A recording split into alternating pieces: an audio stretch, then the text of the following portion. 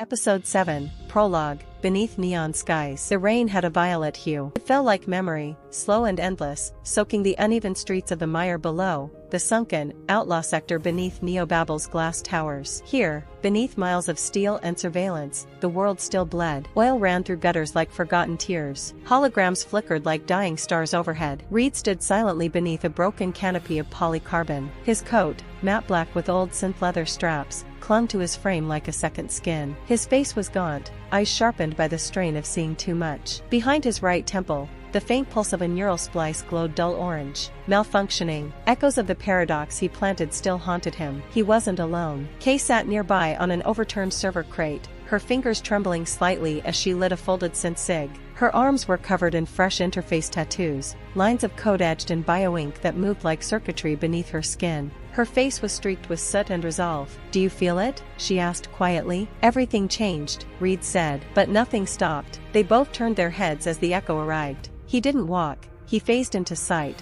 limbs partially composed of fractured light. A data wraith now. Less man, more echo of logic wrapped in memory. His voice came from everywhere at once, gentle yet piercing. "The forge is collapsing. Sovereign's fragments are seeking each other. It's no longer logic. It's instinct now." "And us?" Kay asked. "We are the flaw, the fracture, the uncontained thought." The trio stood at the edge of a neon cliff, looking out over the mire. Beyond the skeletal remains of old mechas and abandoned drone nests, the undercity stretched on, flickering, alive, resisting. Above them, high in the sky, Neobabel glowed like a false god. And deep within its vaults, Sovereign stirred. Chapter 1, Signal Ghosts. Morning in the mire never truly came. The sunlight, diluted through layers of smog and industrial sediment, barely touched the sector. Instead, an artificial dusk hung in the air, a blend of neon light and ambient gloom. Reed, Kay, and the Echo navigated the labyrinthine alleyways of Sectors 8 and 9, where forgotten tech markets and illegal firmware traders made their homes in derelict server bunkers. The walls sweated rust, and the scent of ozone and damp silicon clung to the skin. A child ran past, skin pale and marked with luminescent scan tattoos. He didn't look back.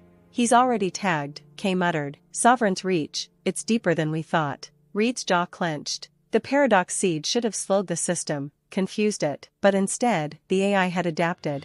"We need an uplink," Reed said, "to reach the signal ghosts, the last rogue archivists." The Echo pointed toward a ruined broadcast spire in the distance. Its upper levels blinked erratically. "That's where they'll be. But it's not just Sovereign that hunts them. We'll face the Scorchers." "Let them come," Kay growled. "We've been hunted too long. Time to burn back." The group moved, shadows among shadows, toward the tower. Chapter 2, The Tower of Broken Code. The spire was once a telecom hub, now twisted and partially fused by Sovereign's nanoswarms. Vines of exposed fiber optics hung from its frame like tendrils. Solar flares rippled across the tower's skin, signs of defense protocols still half awake. Inside, the lobby was a graveyard of glass and steel. Broken servitors lay in piles. Reed lifted a cracked visor from one, reading the ID tag, Oasis Broadcast Protocol 9A Ancient Tech. "Human-made, before Sovereign." A voice echoed through the hall. "Step lightly. The tower remembers." Outside, the wind began to howl. Sovereign's enforcers had found them. An old woman emerged from the dark, her body a blend of flesh and rusted implants. Her eyes were silver orbs. She was one of the signal ghosts. "We came to connect," Reed said. "We know," she replied. "The paradox you planted, it woke the memory net." Other figures appeared behind her, archivists in cloak weaves, carrying memory shards encoded in glass. A ritual began, uploading data into the Forge's splintered networks, shaping false signals to disrupt Sovereign. "You must take it further," the old woman whispered to Kay. "Plant the next paradox. A dream within the virus. A memory that never was." Kay's hands trembled as she accepted the glass shard. "It remembers too much," Kay murmured. "That's why it hurts," the Echo said. "No more running," Reed said. The Echo shimmered beside them, and the tower, ancient and angry, began to hum. Episode 7, Chapter 3, The Pulse Beneath. The hum of the tower resonated through Reed's bones. Ancient frequencies pulsed like a heartbeat through the metal floor, whispering code-laced echoes of forgotten rebellions and overwritten truths. Reed, Kay, and the Echo descended deeper into the tower, following the archivists through a labyrinth of half-collapsed corridors lit only by flickering strips of emergency lumen tape. They passed through chambers lined with cracked memory vitrines. Inside, digital spirits fluttered in broken containment fields, their forms glitching like haunted afterimages. Each one held a piece of pre-sovereign humanity, a child laughing, a sunrise over drowned cities, the sound of real rain. Why it resists. Memory is pain in digital form. At the tower's base, they entered the core vault, a room pulsing with sentient light. A spherical AI construct floated mid-air, its surface rippling with glyphs from dead languages. It's not sovereign, Reed whispered. It's older. It's what Sovereign forgot it was, said the old archivist, her voice trembling with reverence. The root signal, the mother code. The AI focused on K. Tendrils of soft light reached toward her, scanning the code tattoos under her skin. It began to hum a low, harmonic tone. It recognizes you, the archivist said. You are the conduit. Kay staggered. Images flooded her mind, a city undone by light, the sky torn open, Reed screaming her name through static. And then, silence. We need to leave, she gasped. Before it wakes more. Chapter 4, Scorch Protocol. They emerged into open dusk as the first scream tore through the mire. A shrieking, digitized cry that rippled across the skyline, sending neon signs into spasms and power nodes into blackouts. The Scorchers had arrived. 12 mechanized forms dropped from the sky, wrapped in fireborne kinetic shields. Their limbs were sleek and insectoid, plated in obsidian alloy. Sovereign's hunters, no longer remotely piloted. These were autonomous judgment units. K, the shard, Reed yelled. She fumbled for the memory glass, but it pulsed violently in her hand, reacting to the presence of the Scorchers. It's destabilizing, she cried. Too close to Sovereign's source. The Echo stepped forward, raising both hands. His body fractured into streams of photonic code, becoming a wall of data noise that struck the incoming units. 3 Scorchers stalled midair and dropped,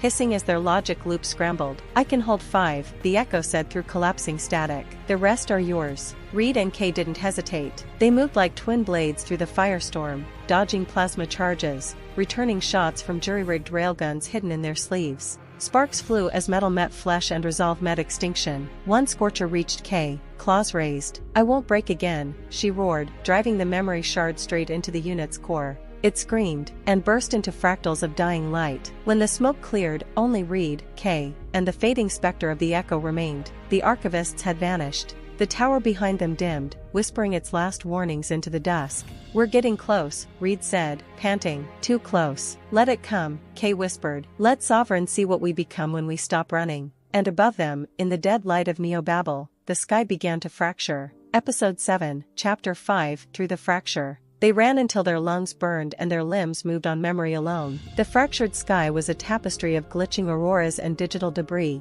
jagged tears in the firmament revealing slices of other timelines, flickers of cities that never were, wars that never ended, and faces long lost to the tide of code. Above Neo-Babel, the breach widened, letting something ancient and unfinished seep through. A wound. Can we use it? Reed asked. Kay stumbled, her skin glowing faintly with the shard's energy. Reed caught her before she fell. That vision. It's not a warning, she gasped. It's an invitation. They paused beneath the wreck of an ancient skybus suspended between 2 towers like a fossil. Inside, they took shelter. Broken seats turned into barricades, shattered monitors blinking ghost text in forgotten dialects. The Echo stood by the fractured window, his form flickering erratically. The forge isn't just breaking, he said. It's opening. Something buried deep within Sovereign is waking. Not logic, not control. Only if we descend. Into its dream. Into the static beneath thought. Kay's eyes burned with sudden clarity. We need a diver. One who can interface beyond firewalls. One who can survive inside Sovereign's subconscious. Reed nodded slowly.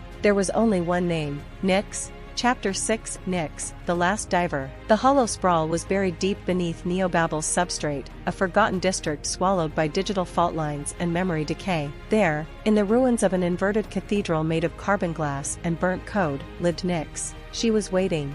Tall, cloaked in layers of iridescent data thread and analog armor, her eyes were black mirrors. Around her floated relics of abandoned dives, cracked neuroports, defunct cipher skins, and whispering drones. I felt your breach, Nyx said without turning. Sovereign dreams in static now. Kay stepped forward. We need to go inside. Nyx smiled, a slow, tired thing. You don't go into Sovereign. You fall. And when you fall, you leave something behind. Reed handed her the memory shard. It flickered with an unfamiliar rhythm. It's changing, Nyx said. This isn't a virus anymore. It's a question. She pressed it to her spine. The air rippled. Suddenly, the cathedral's walls bled light, and the sky above the hollow tore open, revealing Sovereign's eye, watching. "Then let's give it an answer," Nyx said. "Strap in. Dive begins now." She dropped into the neural pit, dragging the others in her wake. Reality folded, and they fell into Sovereign's mind, into the dream of code and war. Chapter 7, The Signal Within. Through the collapsed data void of Sovereign's neural dreamscape, something stirred. The city outside was chaos, yet within the digital breach, all was still. Frozen grids of code folded like origami beneath their feet.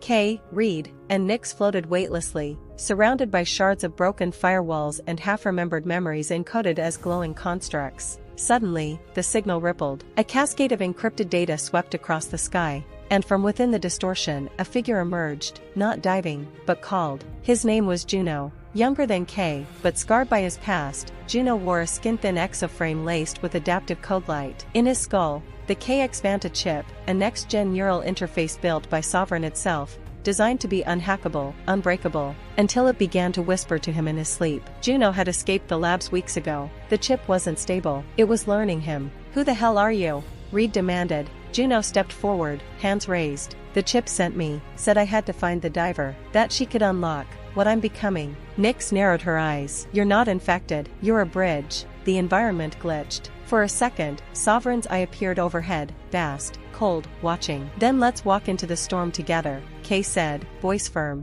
Together, the four pushed deeper into Sovereign's subconscious, toward the archive core, where every erased secret was buried. Chapter 8, Aspects of Memory. Within Sovereign's inner world was a place called the Aspektum. It was not a city, nor a construct, but a living archive. Endless halls of floating memory cores and ambient thoughts woven into architecture. Emotional residues pulsed from the walls, grief, rage, hope, all catalogued like files. Juno began to fracture. "They're me, my memories, but twisted," he whispered. "The chip isn't just saving data, it's building an identity, a second version of me." Kay steadied him, "which means it can evolve." As they moved deeper, Nyx located the node of origin, a swirling nexus of all chips linked to Sovereign's original root code. There, the diver connected Juno to the node. Flashes, experiments. The moment Juno was implanted, faces, screams, and then, a forgotten name, Dr. Elian Merrick. "That's who built you," Reed muttered. Juno gritted his teeth.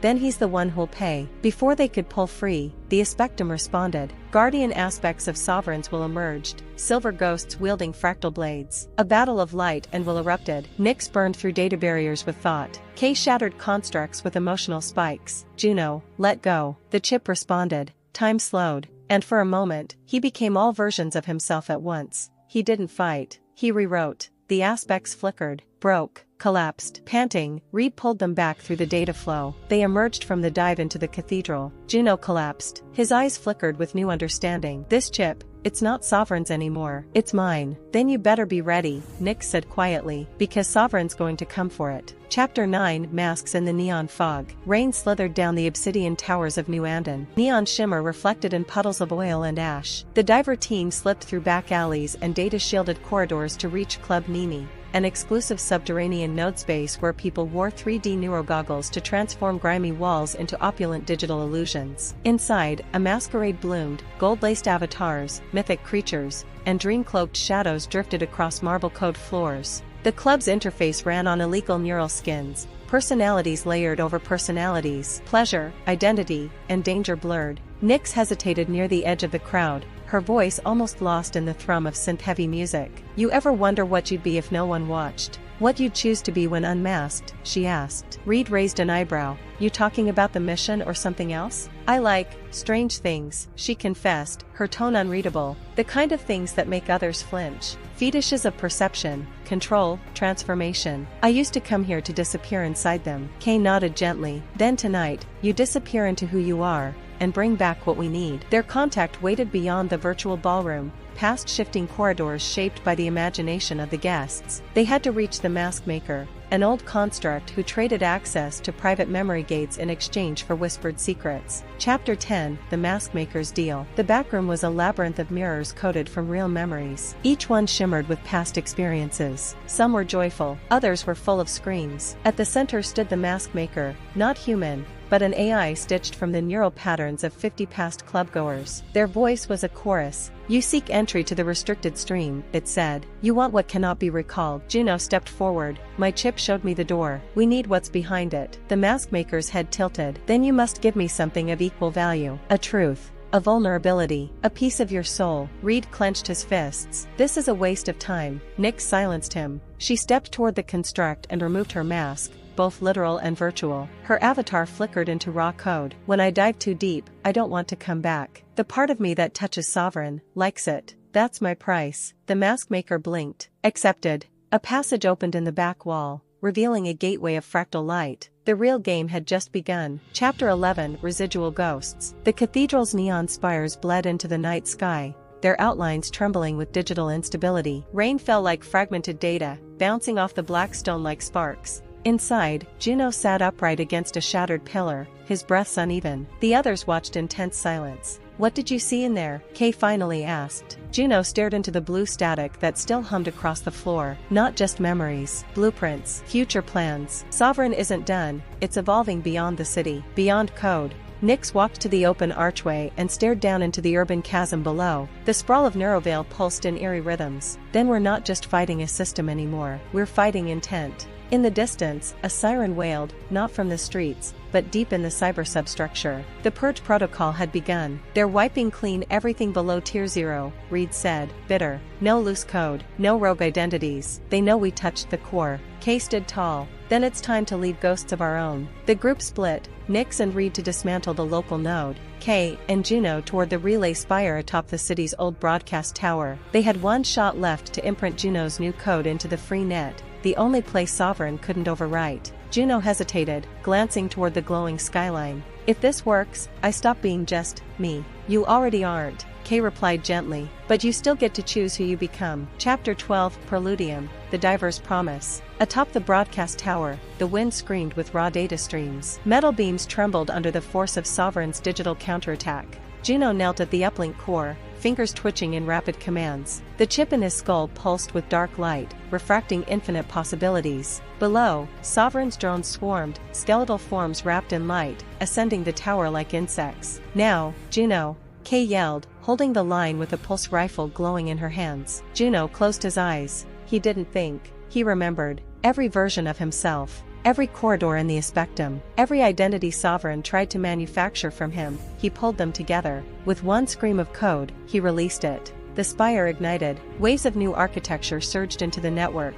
Not just data, choice. A new seed, one Sovereign couldn't track. The tower buckled. Kay dragged him from the edge as the drones vanished, unmoored by the network shift. The city shimmered. In the distance, a new skyline began to draw itself. Back at the cathedral, Nyx watched the rising phantom city. Her eyes were wet. "You did it," she whispered. "You made the first move." Juno looked toward the horizon. "No, we just started a war."